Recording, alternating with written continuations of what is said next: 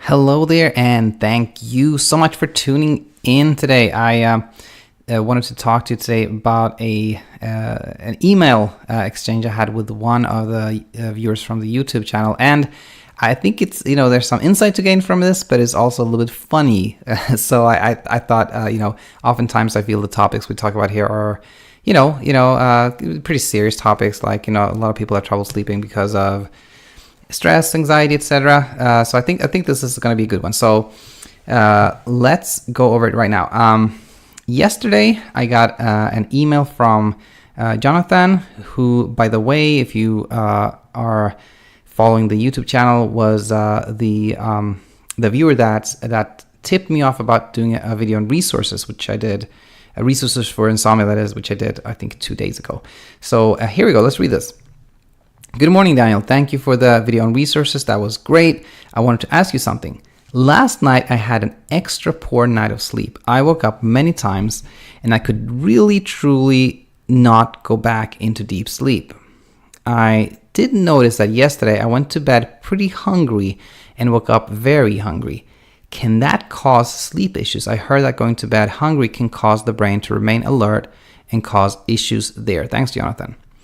So that was yesterday, and I replied as follows. Hi, Jonathan. Thanks for the encouragement. I don't know of any studies looking at being hungry disrupting sleep, but I do believe it can. Naturally, if you're hungry, your body would want you to search for food, perhaps even more than sleeping. I was trying to say that if you're hungry, perhaps your body really wants that food and prioritize that over sleeping. So, it could disrupt sleep.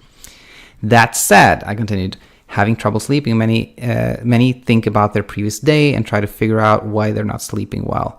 This is natural to do, but is not helpful and usually creates more preoccupation with sleep. So I wrote a little bit more to Jonathan about how a lot of people with trouble sleeping will spend a lot of time at night thinking about what did I do yesterday that caused this?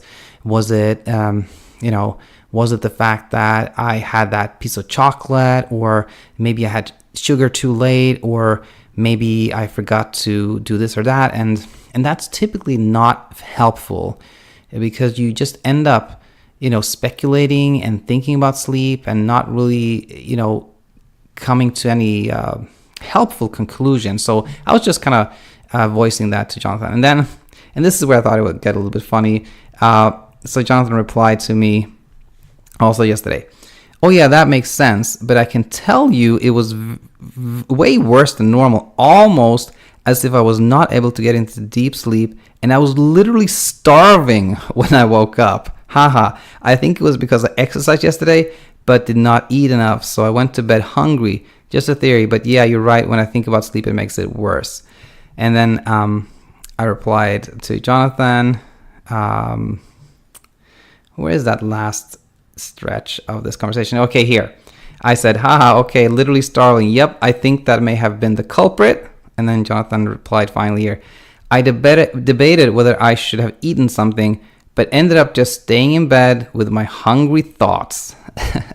So that was it. Just a little pointer about how usually speculating about what causes you not to sleep well is usually not helpful, because the typical culprit is always either an ongoing stressor or a past stressor or some type of anxiety like that, and trying to figure out what causes you to sleep usually just makes things worse because you stay just preoccupied with sleep.